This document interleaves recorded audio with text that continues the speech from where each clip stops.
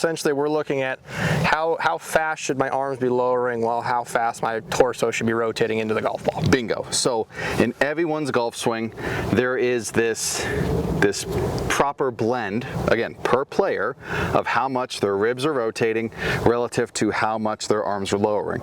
Now, when that gets out of whack, you're going to see chunks, you're going to see thins, you're going to see the whole gambit of potential misses because there's a mismatch occurring in those areas. Sure. And again, this isn't the only thing to pay attention to, but if we're going to focus on this concept, this is what we are going to pay attention to for this video. So what I'm going to have you do is set up to an imaginary golf ball. Okay, face on? Yeah, we'll do face on and walk you through it. So you're going to go to the top of your swing. And so just to describe a chunk, your ribs essentially are going to stay where they're at and your arms are going to be lowering to the ground. So if this were to continue, the arms are moving faster down to the ground than his ribs are opening up. I'm just going to throw that thing into the ground. You're going to throw it straight into the ground. That's a common thing we see from a lot of players. Yes. It's like you get up to the top of the backswing and it's like, all right, their first thought is how do I get the club back to the golf ball? And they just lower those arms as quickly as possible while that torso hasn't moved an inch. Correct. And first guy I think of is like a Justin Rose. His feel is I'm going to keep my back to the target and I'm going to lower the arms. That totally works for him. Absolutely. Because just guessing, he might be a quick upper body rotator. So he's like, I need to slow this down to get this to blend. If his upper body outraces the arms, he's going to start to throw that club way out. And that's going to be the polar opposite. If you're someone who has slow arms but is really quick to open up, the club feels like it's staying up here in space, and now how do I get the club back down to the ground? That's where you're going to see a late tilt, and again, more misses are going to come from there. So just exploring what rotation rates are, what lowering rates are, what are some misses that you see. So what I look for, P5, and your legs being around. So if I were to have you swing out towards the driving range, P5 is when your lead arm, so for us right-handed golfers, it's the left arm. When this arm is parallel to the ground, a big key that he has talked to me about and worked with me about that I have now started passing on to my students is, are his legs square back to the ball just like a dress? Are they around? And if they are, it's a pretty healthy blend. Now, some golfers, go ahead and show me that P5 position again. Some golfers, their legs are going to be a little open relative while the arms are still down to P5. Some guys, the legs are going to be more around. Some guys, the arms are going to be maybe P5.5. There's this range of acceptability. Right. We always talk about like there's a spectrum to everything. There's a spectrum, but that's a good place to look for. What you don't want to see is someone who has the arms way down. This is a great view to see. Like bring the arms almost P6 and his legs are not around. He is on a one-way stop into the earth before the golf ball. Right, if I just keep turning here. Yeah, we're late. Very late. So the other one also would be, well, you don't want to spin out. So just going back to this P5 checkpoint, let's say the arms get to P5, but his legs are super around. This isn't going to be proper rotation. This is going to be more of a, oh, I was told to fire the hips and now I'm spinning out. So, right, because from here now, like the lower body is completely outraced the upper, and so now it's just throw the arms. Throw the arms to catch up to the golf ball. Now you got to flip. Yep. Go up to the top for me again. And what we're going to feel is, again, a slight shift into the lead side as the legs go around, and this is going to bring the arms down. And now this is more of a feel that's specific to Lobeck that gets him in a good spot. He hasn't completely ripped open, he's not completely pulling down on the club, and this is a appropriate P5 position, we'll say. Yeah, from here I feel like I can just... You can keep going. Rotate as much as I want, and it's way easier to get that golf club back to the ground. Yes, and one other marker I like to look at, and we're just going to have the golf ball here as a measurement. Go ahead and show me P5 again. And we're going to pay attention to where is the butt end of the club pointed. So probably from down the line, it's going to be pointing outside golf ball. Now, is it this much? Maybe not, but it's going to be somewhere in this space. Right. And that's good. That tells us the club is shallowing without even thinking about any sort of manipulation. Bingo. No actively trading bends, this, that, or the other. Yep. Just that proper blend, this club reacts by when you apply force in the transition, the club will shallow. Yeah, I think that's a cool thing to look at. It's like very subtle, but it's very easy to look at. It's like, where's my butt end of my club pointing as I'm starting to get into transition? Yes. If you can see that thing just, again, it doesn't need to be feet. No. But if it's just slightly on the golf ball or just outside the golf ball, you know that the club is working appropriately in transition back to the golf ball. So let's talk about that for a second. So show me P5, but where you feel like the arms are the main driver to get you to P5. Okay. So it's gonna feel like you're pulling down on it. So now, taking that butt end of the grip, it's probably pointing inside ball line. So here's what's really cool is, now he's inside ball line. Does it mean he can't hit the golf ball from there? Absolutely not. But the club's trying to get to at ball or just outside of it. So from here, he's gonna have to stall the arms. This trail leg's generally gonna kick out, and now you see the late shallow, or as we call early extension. Yeah, because if you look at it from face on, like you're hanging back on that trail side. Yeah, and so to kind of quickly nip early extension in the butt, it's a good thing in the sense of you're coming in steep. So your body's like, I gotta find a way to lay this club down. Right. I'm going to kick the trail leg out. Yeah. So for as much as people say, God, I gotta get rid of the early extension, you actually don't. We gotta change something else so this doesn't occur. Correct. Yeah, I always tell people like early extension is a reaction to what you're doing. Yes. Like it's not the sole cause of your issues in the golf swing. It actually usually helps you get the club back to the golf ball. Albeit it's not the most appropriate way or healthy way, but your brain and your body go, okay, hold on, I'm in an inappropriate position right now. I need to hit the golf ball. Correct. And so the body just, again, does what it has to do, makes it happen. Yeah, so just imagine if I was giving you a lesson, I said, okay, we're gonna stop early extending, stop humping it, but you're still pulling down. Well, now I've moved your low point back because there's no mechanism to save you. Correct. Now you're blending like inappropriate swing now with an appropriate swing, and you're kind of like blending the two together. Yeah. So it's like, yeah, it makes sense why you're hitting 3 feet behind the golf ball, because you're actually actively rotating more appropriately, but now you're still pulling yanking down on that club. Correct. And what I love about rotation rate and lowering rates is it applies to every pattern. Like you go look at Scotty Scheffler, by P5, that club is probably, and I don't know for sure, but just inside golf ball or just outside. He's in a good spot. He's in great delivery. Yep. You look at Neiman, he's probably way out here. Fine spot to deliver the club. So this is going to be your Goldilocks zone of, okay, just inside golf ball, just outside golf ball, and we're going to be in an appropriate delivery spot to then deliver the club. That's when the arms can go, and we got ourselves good compression. Okay. All right, Trev, so we've talked a lot about, obviously, the arms lowering at a certain rate, the chest rotating at a certain rate. What are some kind of drills or some feels that people can do to help them with this? Yeah, so the first one, we threw the G shallower on you, and what I like about this is there's a line on it, we'll talk about that in a second, that people can look at for reference. So what you're going to do with this guy is make a backswing, and that pad is going to be pretty much right up against your right pec. So from here, if you guys are watching, there's this silver line right along this pad. If he pulls down, that line is going to be more perpendicular to the ground. So we know he's pulling down. We're going to want to be in a situation where this line is more parallel to the ground. So now we're in a better spot.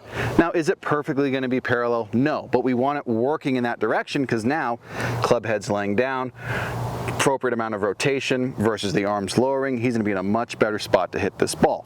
So the drill is in pieces, with piece number 1 being taking it up to the top.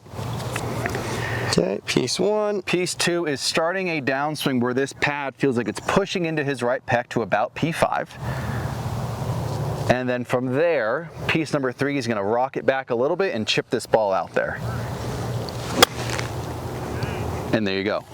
I honestly love the fact that you caught it a little thin, because that tells me the arms did not lower.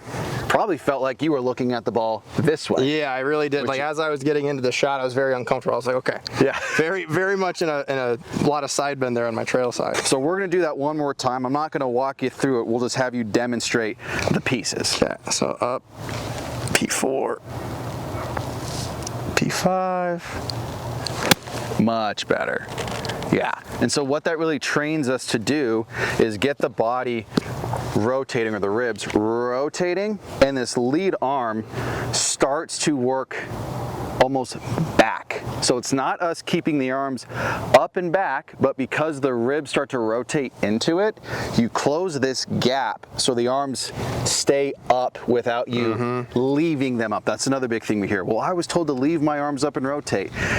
Maybe not the best description, but you see that in players where the club's up here for a second and it has time to change its dynamic. Yeah, the club starts to passively shallow. Right? Yes. You always hear that, like, okay, get the club to passively shallow. Well, yeah, that's going to happen as the upper body and the ribs are starting to work appropriately. Yes. Right? We're not actively trying to lower the club, so now the club is allowed to fall into that spot. Yeah, you hear all the time, like, get the club in the slot. This, in my opinion, is what all the teachers before us would talk about. This is how you get the club into the slot. That's how it happens.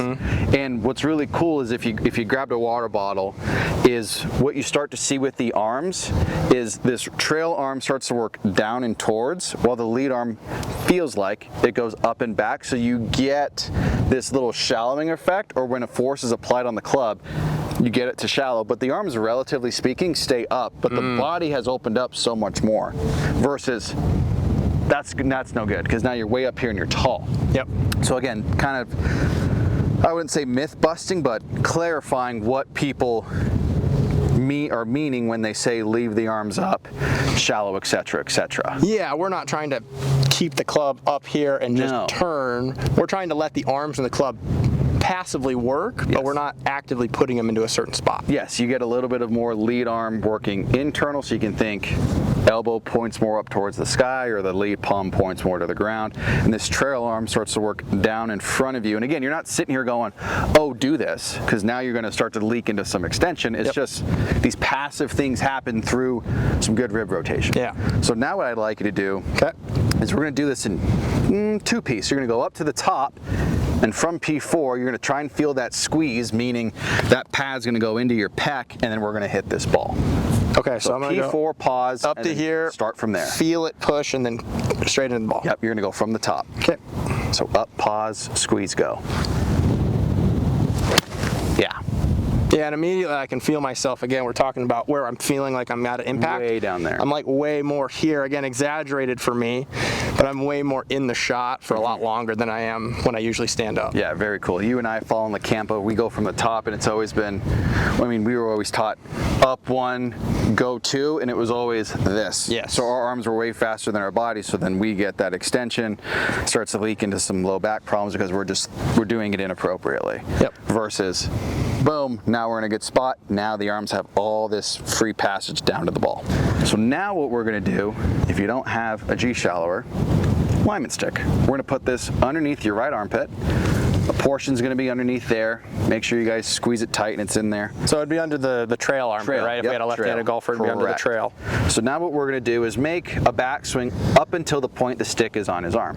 Which is usually right about lead arm parallel for most people. Yep, we're going to be right about P3. So from here, if he's an arm puller, this guy's coming off immediately. Yep. And we know we're in trouble and you got immediate feedback. So from here, we got to do a same movement as when we had the G shallower. Keep that stick on for as long as possible.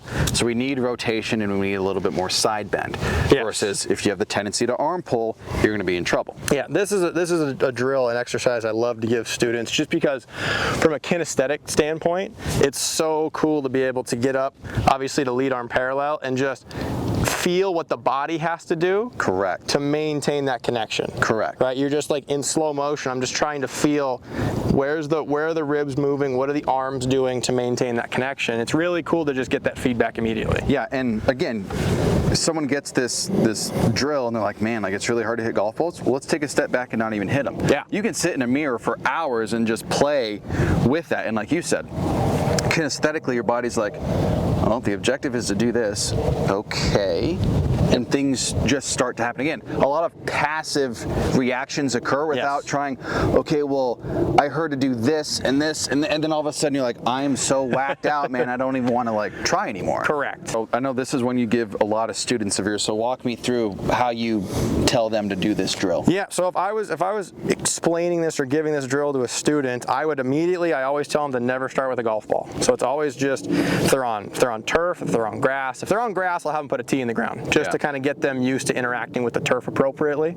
But if it's just on a mat, again, I'm just going to have them bring the club up to lead arm parallel, and what I have them do is just feel themselves get the club back to what their impact position would feel like, right? So trying to get to that impact position while maintaining that connection as long as possible, right? And once you get there, okay, recognize where you're at, kind of come back out of it, and just repeat the process. Just to, again, all we're trying to do is ingrain good movement patterns. Yes. Right. And for somebody who's very arms driven and pulley that goes into a little bit of an early extension pattern, their movement's just inappropriate. Correct. So it's trying to relearn the way that the chest is moving, the way the arms are moving, and so it's just getting used to that feel over and over again. And so if we're drilling this, or if I was working on this drill myself at home or on the golf course, I would probably give myself 2 to 3 reps without a golf ball, right? Just really feel myself get the club back to the golf ball, and then I'd give myself 2 to 3 reps where I put the golf ball in the way, and it's the same feel. So the armpit, the alignment sticks under my trail armpit, lead arm parallel, turn there. Well, notice how short the ball went. Like, that was a beautiful move compared to the first drill, right? You can put a little speed into it, but with that guy, we're really trying to ingrain this movement because you have that stick laying on your arm. You really have to be conscious about the speed you're putting into it, because for the average golfer, most of the golfers we see, they're a little bit too quick from the top of the backswing, and that quick move is your arm's pulling down. So it requires you to be a little more conscious of how much energy you're putting into the swing, and you got to be really conscious of, okay, the arms need to work passively into the golf ball. If I'm trying to actively move the arms, it's never going to work. You're going to find yourself really frustrated with this drill. Yes. So after I do that drill a handful of times with the alignment stick, I'll throw the alignment stick away. And so this is where, like, you start to progress. Yeah, the rubber meets the road. The biggest question I always get is like, okay, we've addressed kind of what the biggest issue is in our golf swing. We have given a student a really good exercise or a drill to feel them get better at that movement or completely change the movement in general. Here's the drill it out. It's like, all right, dude, I'm killing this drill. I can't translate to a full swing. Yeah. That's like one of the biggest things that we get from students. And so I think the biggest thing that I believe in for translating that is start to make the drill feel more like a full swing. Make it seem more fluid and more natural. So obviously that first progression is alignment stick, no ball. Second progression would be alignment stick with the ball. And then this third progression is going to be the exact same thing. I'm going to take the lead arm up to parallel, and then from here I'm just trying to make the same move, but I obviously don't have the alignment stick under. So it's starting to feel more natural. Yeah, we're bridging the gap from drills to reel. 100%. So I'm trying to feel the same thing. Lead arm up to parallel.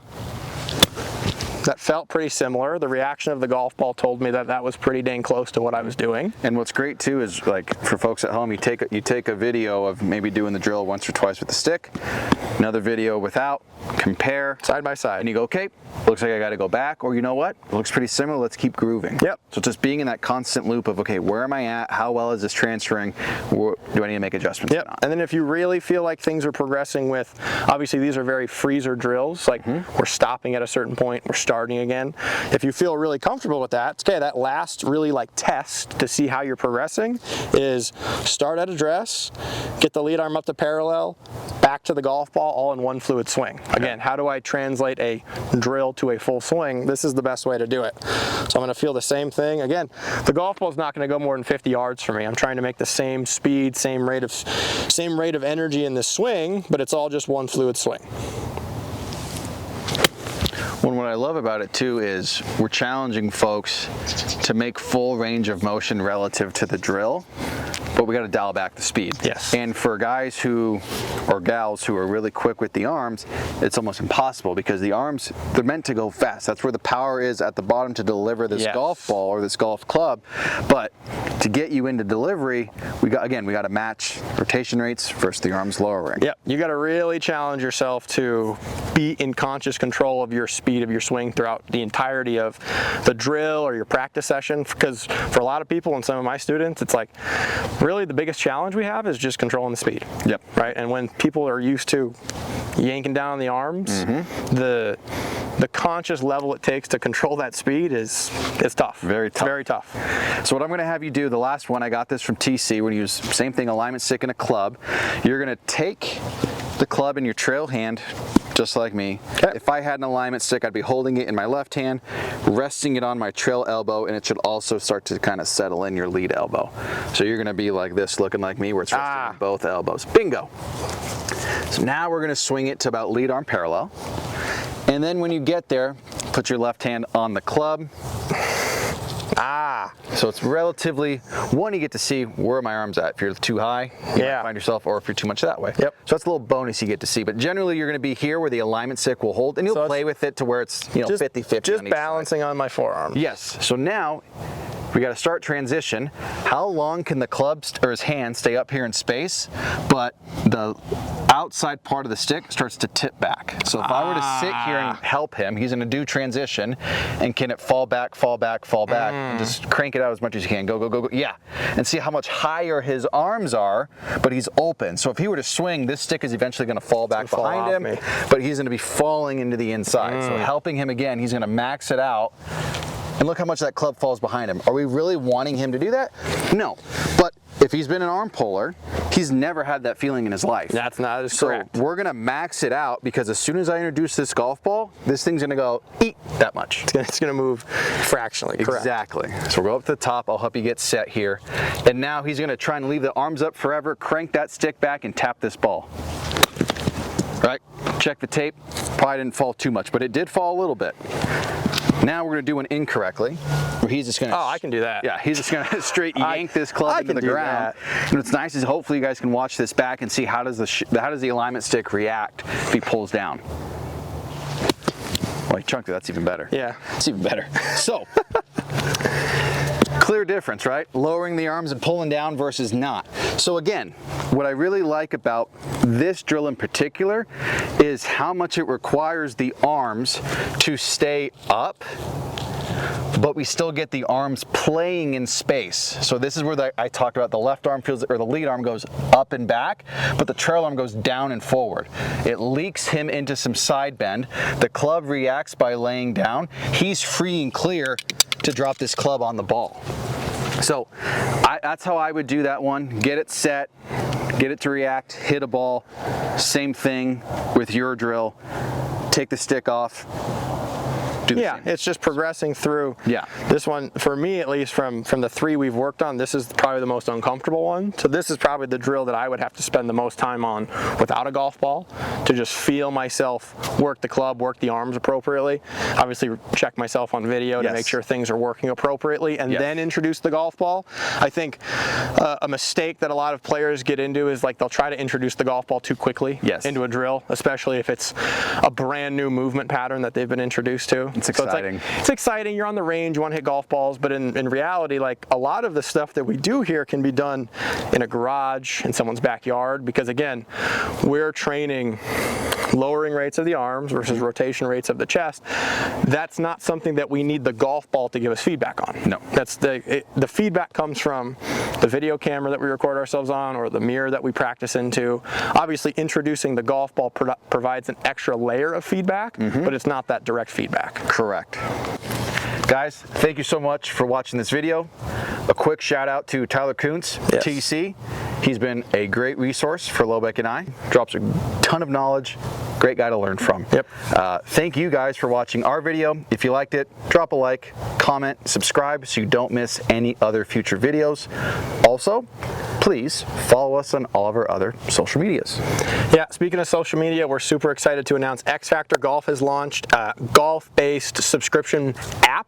So big golf community, accessible on your computer or your phone. Everything for that information will be in the description. Also coming up very soon in November is our first golf school of the year. So if you're interested in getting out to Arizona for some cooler weather and a lot of fun with us on the golf course, make sure to sign up for that. That's going to be in the description as well. And until next video, guys, again, we appreciate you guys watching. We'll take care.